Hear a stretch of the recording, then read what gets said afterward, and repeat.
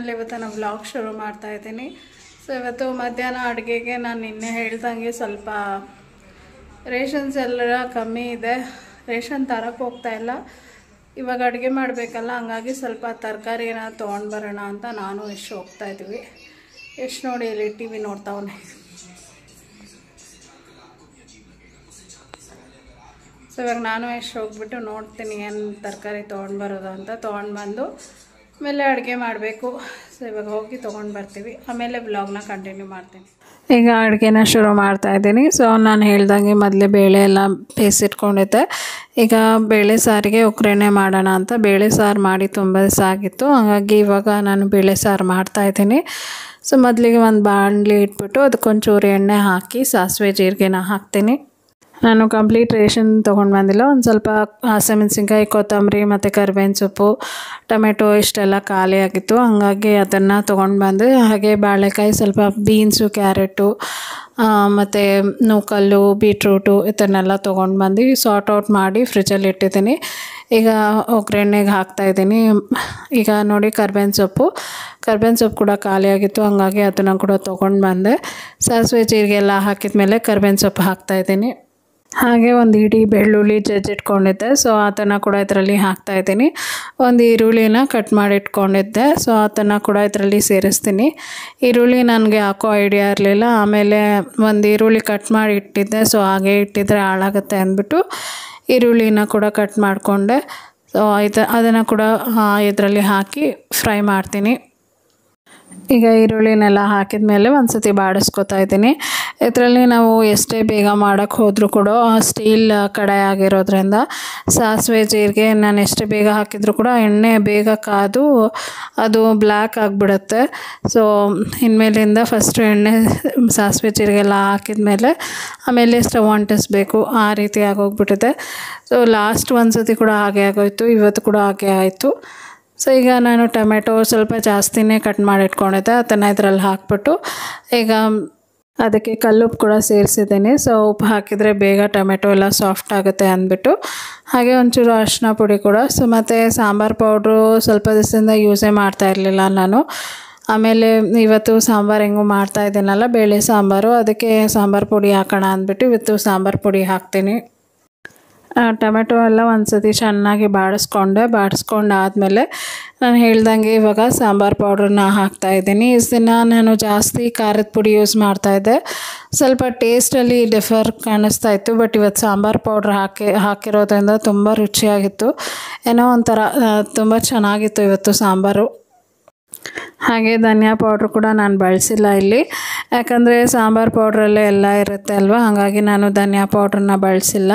So ಇವಾಗ sambar powder ಎಲ್ಲ ಹಾಕಿದ ಮೇಲೆ ಒಂದು ಸತಿ ಫ್ರೈ ಮಾಡಿ ಒಂದು ಸ್ವಲ್ಪ ನೀರು ಹಾಕಿ ಕ್ಲೋಸ್ ಮಾಡಿ ಇಟ್ಬಿಡ್ತೀನಿ. ಯಾಕಂದರೆ ಸ್ವಲ್ಪ ಸಾಂಬಾರು ಪೌಡ್ರು, ಉಪ್ಪು ಏನಿದೆ ಅದೆಲ್ಲ ಎಲ್ಲ ಟೊಮೆಟೊ ಈರುಳ್ಳಿಗೆಲ್ಲ ಹೊಂದ್ಕೋಬೇಕು, ಹಂಗಾಗಿ ಒಂದು ಸ್ವಲ್ಪ ನೀರು ಹಾಕ್ತೀನಿ. ಹಾಗೆ ಟೊಮೆಟೊ ಕೂಡ ಇನ್ನೊಂದು ಸ್ವಲ್ಪ ಸಾಫ್ಟ್ ಆಗುತ್ತೆ, ಹಾಗಾಗಿ ಒಂದು ಸ್ವಲ್ಪ ಹೊತ್ತು ನಾನು ಇದನ್ನು ಕ್ಲೋಸ್ ಮಾಡಿ ಇಟ್ಬಿಡ್ತೀನಿ. ನೋಡಿ ಇವಾಗ ಕುದೀತಾ ಇದೆ, ಸಿಮ್ಮಲ್ಲಿ ಇಟ್ಬಿಟ್ಟು ಇದನ್ನು ಕ್ಲೋಸ್ ಮಾಡ್ತೀನಿ. ಒಂದು 2 ನಿಮಿಷದ ಕಾಲ ಇದನ್ನು ಸಿಮ್ಮಲ್ಲಿಟ್ಟು ಬೇಯಕ್ಕೆ ಈಗ ಲಿಡ್ ಓಪನ್ ಮಾಡಿ ಇವಾಗ ಆಲ್ಮೋಸ್ಟ್ ಎಲ್ಲ ಸ್ಮ್ಯಾಶ್ ಆಗಿದೆ. ಒಂದು ಸತಿ ನೀಟಾಗಿ ಮಿಕ್ಸ್ ಮಾಡ್ಕೋತೀನಿ. ಸೊ ಮಿಕ್ಸ್ ಮಾಡೋದ್ರಿಂದ ಮತ್ತೆ ಇನ್ನೊಂದಷ್ಟು ಕೂಡ ಟೊಮೆಟೊ ಸ್ಮ್ಯಾಶ್ ಆಗುತ್ತೆ, ಎಲ್ಲ ಮೆತ್ತಗಾಗಿರುತ್ತೆ ಅಲ್ಲ, ಅದು ಮಿಕ್ಸ್ ಮಾಡ್ತಾ ಸ್ಮ್ಯಾಶ್ ಆಗುತ್ತೆ. ಇವಾಗ ನಾನು ಹೇಳ್ದಂಗೆ ಆಲ್ರೆಡಿ ಹೆಸರುಬೇಳೆ ಮತ್ತು ತೊಗರಿಬೇಳೆ ಎರಡನ್ನೂ ಹಾಕಿ ಬೇಯಿಸಿಟ್ಕೊಂಡಿದ್ದೆ, ಅದನ್ನು ಒಂದು 4 ವಿಸಿಲ್ ಕೊಟ್ಟಿದ್ದೆ. ಅದು ತುಂಬ ಮೆತ್ತಗಾಗಿತ್ತು, ಬೇಳೆ ಎಲ್ಲ ಸ್ಮ್ಯಾಶ್ ಮಾಡೋ ಅವಶ್ಯಕತೆ ಇರಲಿಲ್ಲ, ಆಲ್ರೆಡಿ 4 ವಿಸಿಲ್ ಕೊಟ್ಟಿರೋದ್ರಿಂದ ಫುಲ್ಲು ಸ್ಮ್ಯಾಶ್ ಆಗಿರೋ ರೀತಿಯಲ್ಲೇ ಇತ್ತು. ನಾನು ಇವಾಗ ಸುಮ್ಮನೆ ಸೌಟಲ್ಲಿ ಮಾತ್ರ ಈ ರೀತಿ ಮಿಕ್ಸ್ ಮಾಡ್ತಾಯಿದ್ದೀನಿ. ನನಗೆ ತುಂಬ ಬೇಳೆ ಇದ್ದರೆ ಇಷ್ಟ ಆಗೋದಿಲ್ಲ, ನನಗೆ ಅಂತಲ್ಲ, ನಮ್ಮನೇಲಿ ಯಾರಿಗೂ ಇಷ್ಟ ಆಗೋದಿಲ್ಲ. ಸೊ ನಾನು ಹೇಳಿದೆ ನೋಡಿ, ಜೀರಿಗೆ ಎಲ್ಲ ಕಪ್ಪಗಾಗ್ಬಿಟ್ಟಿದೆ ಅಂತ. ನೋಡಿ ಹೇಗೆ ಕಪ್ಪಗಾಗ್ಬಿಟ್ಟಿದೆ, ಏನೋ ಒಂಥರ ಅನಿಸುತ್ತೆ ಅದು ಕಪ್ಪಗಾಗಿರೋದು ನೋಡಿದ್ರೆ. ಸ್ವಲ್ಪ ಟೇಸ್ಟಲ್ಲೂ ಕೂಡ ವೇರಿಯೇಷನ್ಸ್ ಆಗಿಬಿಡುತ್ತೆ, ಹಾಗಾಗಿ ನೆಕ್ಸ್ಟ್ ಟೈಮಿಂದ ಒಗ್ಗರಣೆ ಹಾಕಬೇಕಾದ್ರೆ, ಅದು ಎಕ್ಸ್ಪೆಷಲಿ ಸ್ಟೀಲ್ ಬಾಣಲಿಯಲ್ಲಿ ಹಾಕಬೇಕಾದ್ರೆ ನೋಡಿಕೊಂಡು ಉರಿ ಕಮ್ಮಿ ಇಟ್ಬಿಟ್ಟು ಹಾಕಬೇಕು, ಅಥವಾ ಮೊದಲೇ ಎಣ್ಣೆ ಸಾಸಿವೆ ಜೀರಿಗೆ ಎಲ್ಲ ಹಾಕ್ಬಿಟ್ಟು ಆಮೇಲೆ ಸ್ಟವ್ ಅಂಟಿಸ್ಬೇಕು. ಸೊ ಇವಾಗ ನಾನೆಲ್ಲ ಮಿಕ್ಸ್ ಮಾಡಿದ ಮೇಲೆ ಸಾರೀಗ ಕುದಿಯೋಕ್ಕೆ ಬಿಟ್ಟಿದ್ದೀನಿ. ನಾನು ಧನಿಯಾ ಪುಡಿ ಕೂಡ ಬಳಸಿಲ್ಲ, ಬಟ್ ಸಾಂಬಾರಂತೂ ತುಂಬ ಎಕ್ಸಲೆಂಟ್ ಆಗಿತ್ತು. ಸೊ ನೋಡಿ ಇವಾಗ ಚೆನ್ನಾಗಿ ಸ್ಮ್ಯಾಶ್ ಆಗಿದೆ. ಇವಾಗ ನೋಡಿ ಕುದೀತಾ ಇದೆ ಸಾಂಬಾರು. ಈ ಸ್ಟೇಜಲ್ಲಿ ಅದು ನಾನು ಬೇಳೆ ಹಾಕಿರೋದ್ರಿಂದ ಅದು ಸ್ಟೀಲ್ ಬಾಣಲಿ ಅಲ್ವಾ, ಅವಾಗವಾಗ ಮಿಕ್ಸ್ ಮಾಡಬೇಕು, ಇಲ್ಲ ಹಾಗೆ ಹಿಡ್ಕೊಂಡು ಬಿಡುತ್ತೆ ಬೇಳೆ. ಸೊ ಹಾಗಾಗಿ ಅವಾಗವಾಗ ಮಿಕ್ಸ್ ಮಾಡ್ತಾಯಿದ್ದೀನಿ. ಇವಾಗ ಕುದಿ ಬಂದಿದೆ. ಈಗ ನಾನು ಕೊತ್ತಂಬರಿ ಸೊಪ್ಪು ಹಾಕ್ಬಿಟ್ಟು ನೋಡಿ ಈ ರೀತಿ ಆಗಿದೆ ಸಾಂಬಾರು. ತುಂಬ ಎಕ್ಸಲೆಂಟ್ ಆಗಿತ್ತು, ಖಂಡಿತ ಟ್ರೈ ಮಾಡಿ ನೋಡಿ. ಸೊ ಈಗ ಸಾಂಬಾರು ಆದಮೇಲೆ ನೆಕ್ಸ್ಟ್ ನಾನಿಲ್ಲಿ ಬಾಳೆಕಾಯಿ ಪಲ್ಯ ಮಾಡ್ತಾಯಿದ್ದೀನಿ. ಬಾಳೆಕಾಯಿ ಪಲ್ಯ ಎಲ್ಲ ತಿಂದು ತುಂಬ ದಿವಸಗಳೇ ಆಗಿತ್ತು, ಹಾಗಾಗಿ ಮಾಡೋಣ ಅಂತ ಇವಾಗ ಮಾಡ್ತಾಯಿದ್ದೀನಿ. ಸೊ ನಾನು ತುಂಬ ಸತಿ ತೋರಿಸಿದ್ದೀನಿ ಬಾಳೆಕಾಯಿ ಪಲ್ಯ. ಈಗ ಒಂದು ಬಾಣಲಿ ಇಟ್ಬಿಟ್ಟು ಎಣ್ಣೆ ಹಾಕಿ ಸಾಸಿವೆ ಜೀರಿಗೆನ ಹಾಕ್ತಾಯಿದ್ದೀನಿ, ಹಾಗೆ ಕರಿಬೇವಿನ ಸೊಪ್ಪು ಕೂಡ ಹಾಕ್ತಾಯಿದ್ದೀನಿ. ಈಗ ಒಂದು ಇಡೀ ಬೆಳ್ಳುಳ್ಳಿನ ಜಜ್ಜಿಟ್ಕೊಂಡೈತೆ ಅದನ್ನು ಕೂಡ ಇದರಲ್ಲಿ ಹಾಕ್ತಾಯಿದ್ದೀನಿ. ಸೊ ಬೆಳ್ಳುಳ್ಳಿ ಹಾಕೋದ್ರಿಂದ ಒಳ್ಳೆ ಫ್ಲೇವರ್ ಕೊಡುತ್ತೆ. ಹಾಗೆ ನನಗೆ ಈ ಥರ ಬೆಳ್ಳುಳ್ಳಿ ಈ ಕಡಲೆಪುರಿಯಲ್ಲೆಲ್ಲ ಹಾಕ್ತಾರೆ ನೋಡಿ, ಅದರಲ್ಲಿ ಮತ್ತು ಒಗ್ಗರಣೆಗೆಲ್ಲ ಹಾಕ್ತಾರೆ, ಅದಕ್ಕೆ ಉಪ್ಪು ಖಾರ ಎಲ್ಲ ಅಂಟಿರುತ್ತೆ. ಅದು ತಿನ್ನೋಕ್ಕೆ ನನಗೆ ತುಂಬ ಇಷ್ಟ, ಮತ್ತು ಫ್ಲೇವರ್ ಕೂಡ ತುಂಬ ಚೆನ್ನಾಗಿರುತ್ತೆ.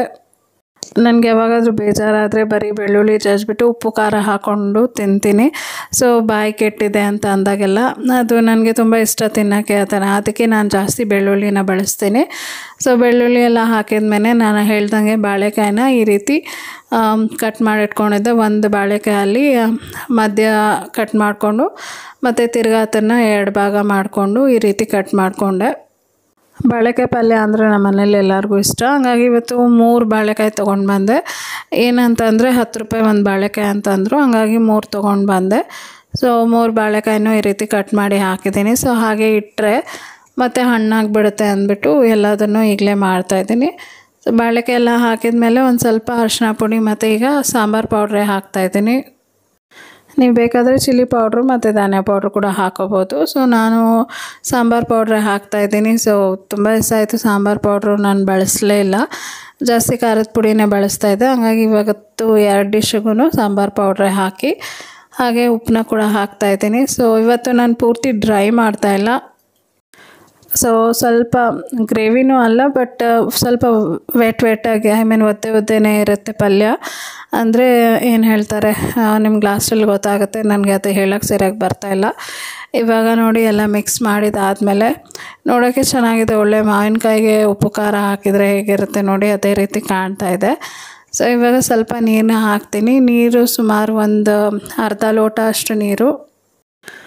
ಸೊ ನೀರು ಹಾಕಿದ ಮೇಲೆ ಒಂದು ಸತಿ ಮಿಕ್ಸ್ ಮಾಡಿ ಕ್ಲೋಸ್ ಮಾಡಿ ಇಡ್ತೀನಿ. ಇದೇನು ಬೇಯೋದಕ್ಕೆ ಜಾಸ್ತಿ ಟೈಮ್ ತೊಗೊಳ್ಳಲ್ಲ, ಬಟ್ ಇದು ಸ್ವಲ್ಪ ಅನ್ನಕ್ಕೆ ಕಲಿಸ್ಕೊಂಡ್ರೂ ಕೂಡ ಚೆನ್ನಾಗಿರಬೇಕು. ಹಾಗಾಗಿ ಒಂದು ಸ್ವಲ್ಪ ಡ್ರೈ ಅಲ್ಲದೆ ಸ್ವಲ್ಪ ಒದ್ದೆ ಇರೋ ಥರ ಮಾಡಿದ್ದೀನಿ. ಈಗ ನೋಡಿ ಕೊತ್ತಂಬರಿ ಸೊಪ್ಪು ಕೂಡ ಹಾಕಿ ಮಿಕ್ಸ್ ಮಾಡಿ ಒಂದು ಸ್ವಲ್ಪ ಹೊತ್ತು ಕ್ಲೋಸ್ ಮಾಡಿ ಇಟ್ಬಿಡ್ತೀನಿ. ಬಾಳೆಕಾಯಿ ಪಲ್ಯ ಒಂದು 2 ನಿಮಿಷ ಅಲ್ಲಿ ಆಗೋಗುತ್ತೆ ಸಿಮ್ಮಲ್ಲಿಟ್ಟರೆ. ನೋಡಿ ಇವಾಗ 2 ನಿಮಿಷ ಆಗಿದೆ. ಇವಾಗ ಓಪನ್ ಮಾಡಿ ನೋಡಿ ಈ ರೀತಿ ಮಿಕ್ಸ್ ಮಾಡಿದ್ದೀನಿ. ನಾನು ಹೇಳ್ದಂಗೆ ಕಂಪ್ಲೀಟ್ ಡ್ರೈ ಮಾಡಿಲ್ಲ ನಾನು, ಉಪ್ಪು ಖಾರ ಎಲ್ಲ ಚೆನ್ನಾಗಿ ಹಿಡ್ಕೋಬೇಕು ಆ ರೀತಿ ಮಾಡಿದ್ದೀನಿ. ಸೊ ಇವಾಗ ಇದು ಪಲ್ಯ ರೆಡಿಯಾಗಿದೆ, ಕ್ಲೋಸ್ ಮಾಡಿ ಇಟ್ಬಿಡ್ತೀನಿ. ಹಾಗೆ ನಾನು ನಮ್ಮ ಯಜಮಾನ್ರಿಗೆ ಊಟ ಕೂಡ ಇಲ್ಲಿ ಸರ್ವ್ ಮಾಡ್ತಾಯಿದ್ದೀನಿ. ಇವತ್ತು ಅಕ್ಕಿ ಒಂದು ಬೇರೆ ತೊಗೊಂಡು ಬಂದಿದ್ರು ನಮ್ಮ ಯಜಮಾನ್ರು, 1 kgನೇ ತೊಗೊಂಡು ಬಂದರು. ಯಾಕಂದರೆ ಸ್ವಲ್ಪ ಟೇಸ್ಟ್ ನೋಡೋಣ ಅಂದ್ಬಿಟ್ಟು 1 kg ಅಷ್ಟೇ ತೊಗೊಂಡು ಬನ್ನಿ ಅಂತ ಅಂದೆ. ಅನ್ನ ತುಂಬ ಚೆನ್ನಾಗಾಗಿತ್ತು, ಅಕ್ಕಿಯಲ್ಲಿ ನೋಡಿ ಎಷ್ಟು ಚೆನ್ನಾಗಿ ಉದ್ರಾಗಿತ್ತು. ಸೊ ಇದಕ್ಕೆ ನಾನು ಸೈಡಲ್ಲಿ ಸಾಂಬಾರು ಹಾಕ್ತಾಯಿದ್ದೀನಿ. ನೋಡಿ ಸಾಂಬಾರು ನೋಡೋಕ್ಕೆ ತುಂಬ ರುಚಿಯಾಗಿ ಕಾಣ್ತಾ ಇದೆ. ಹಾಗೆ ಪಲ್ಯ ಕೂಡ ಹಾಕಿ ಸರ್ವ್ ಮಾಡಿ ಕೊಡ್ತೀನಿ. ನೋಡ್ತಾ ಇದ್ರೇ ತಿನ್ನಬೇಕು ಅಂತ ಅನಿಸುತ್ತೆ ಅಲ್ವಾ. ಸೊ ಇಷ್ಟ ಆಯಿತು ನನ್ನ ಮಧ್ಯಾಹ್ನದ ಅಡುಗೆ ರೊಟೀನು. ಸೊ ಇದಾದಮೇಲೆ ನಾನು ಯಾವುದೇ ವ್ಲಾಗ್ ಕೂಡ ಕಂಟಿನ್ಯೂ ಮಾಡೋಕ್ಕಾಗಿಲ್ಲ. ಯಶ್ಗೆ ರಜದಲ್ಲಿ ಹೋಮ್ವರ್ಕ್ ಕೊಡ್ತಾರೆ ನೋಡಿ, ಅದನ್ನೆಲ್ಲ ಬರೆಸ್ತಾ ಕೂತಿದ್ದೆ. ಅದಾದಮೇಲೆ ಒಂದು ಸಣ್ಣ ಕ್ಲಿಪ್ಪಿಂಗ್ ಶೇರ್ ಮಾಡಿದ್ದೀನಿ ನೋಡಿ. ಅದನ್ನು ನಾವು ಹೊರಗೆ ಹೋಗಬೇಕಾದ್ರೆ ಅಯ್ಯಪ್ಪ ಸ್ವಾಮಿ ಮೆರವಣಿಗೆ ಬರ್ತಾಯಿತ್ತು. ಸೊ ಹಂಗಾಗಿ ಆ ಕ್ಲಿಪ್ಪಿಂಗ್ ನಿಮ್ಮ ಜೊತೆ ಶೇರ್ ಮಾಡೋಣ ಅಂತ ಮಾಡಿದ್ದೀನಿ. ಸೊ ಈ ವಿಡಿಯೋನ ಪೂರ್ತಿ ನೋಡಿ.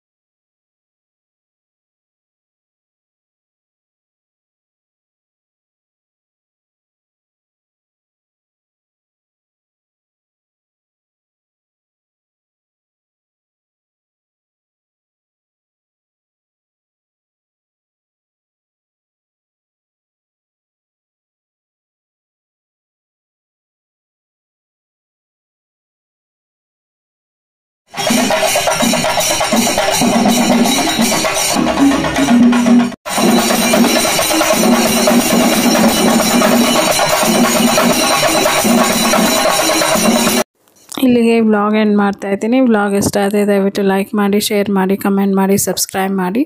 ಮತ್ತೆ ನಾಳೆ ಒಂದು ಹೊಸ ವಿಡಿಯೋದೊಂದಿಗೆ ಭೇಟಿ ಆಗ್ತೀನಿ. ಅಂಟಿಲ್ ದೆನ್ ಟೇಕ್ ಕೇರ್, ಬಾಯ್.